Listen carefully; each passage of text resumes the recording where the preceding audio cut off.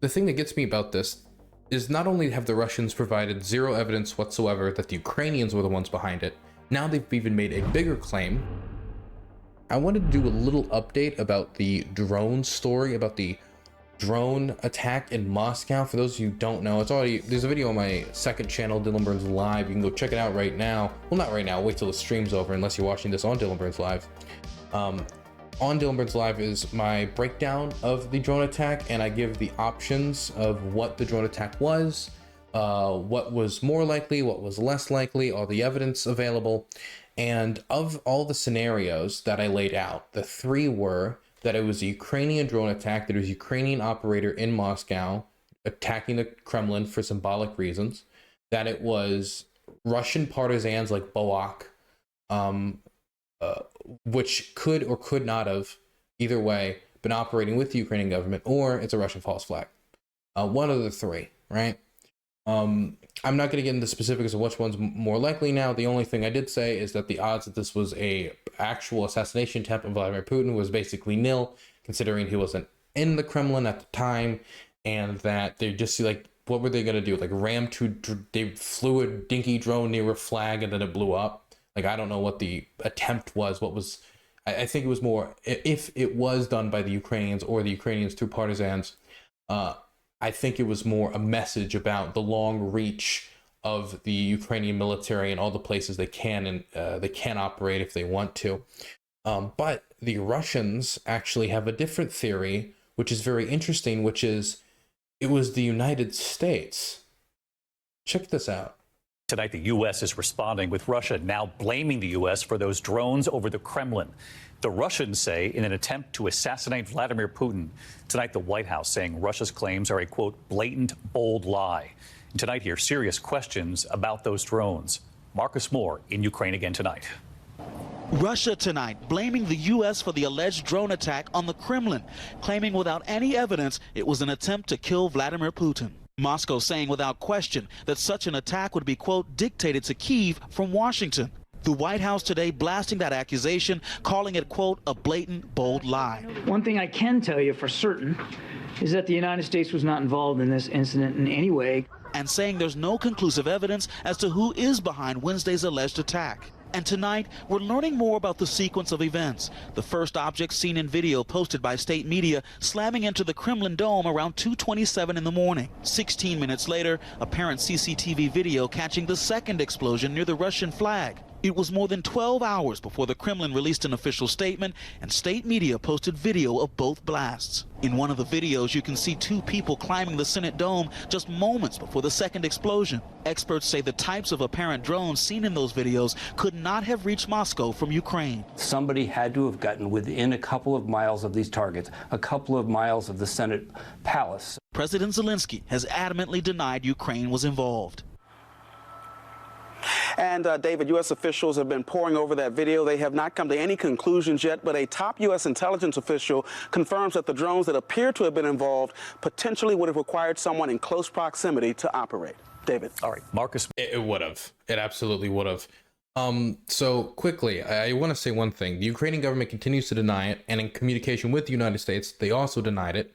I do want to throw that out there, that the Ukrainian government is denying this, both the Americans, both the international public, to everybody. Vosh Raid, welcome everybody.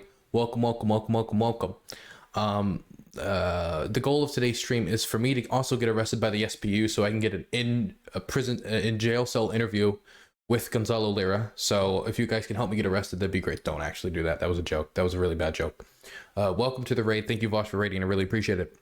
The thing that gets me about this is not only have the Russians provided zero evidence whatsoever that the Ukrainians were the ones behind it, now they've even made a bigger claim that it was the Americans that were behind it, that we planned it, that we operated it, or maybe we even did it ourselves. Maybe it was American operators, who knows? This makes no sense when you consider American doctrine in this war. Not only was there no evidence provided, so we can kind of dismiss the claim outright, but the American government is not sending Ukraine long-range missiles in large part because we're afraid that if we give Ukraine long-range missiles, they're going to be like, this is awesome. I'm firing this straight at the Kremlin. And we don't want to do that because we could see how that could create a spiral, or it could be the American government believes that it could be an escalation, that it could lead to like a big diplomatic incident that could spiral out of control, and that one of the few scenarios where Putin might actually use maybe nuclear weapons is if his life's in danger. That's something the American government believes. I don't really want to dispute that right now. I'm not going to take the time to dispute it right now, because my point isn't whether or not that's true or not. The point is the American government has not given Ukraine long-range missiles. If we care about that, and that is stopping us from giving them long-range missiles, why would we coordinate a drone attack on the Kremlin?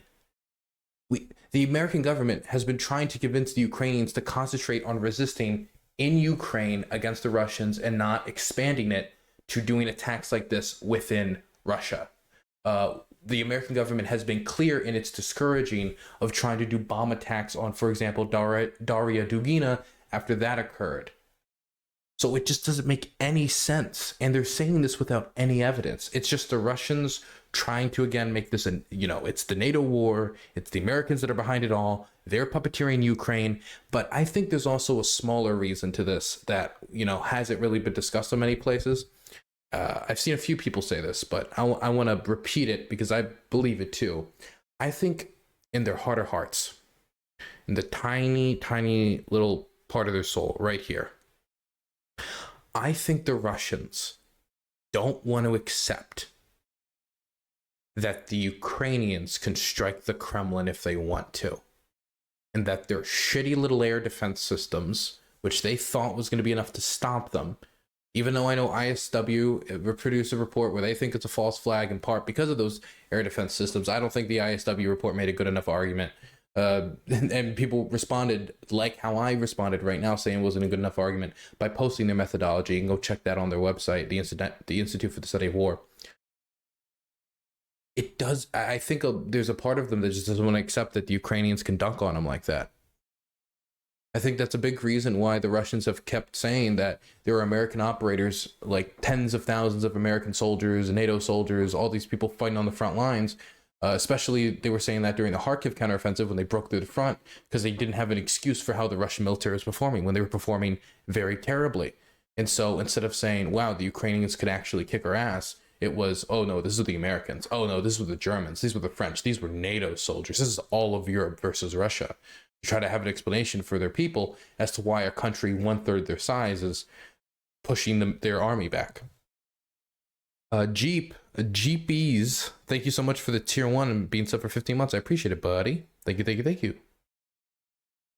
But Ukraine has been constantly dunking on them. Yeah, and that's why they say there's a bunch of NATO operators in the country, so they can always point to them and say that's the reason we're losing. That's the real red-blooded reason we're losing that the media won't tell you about. That's the argument.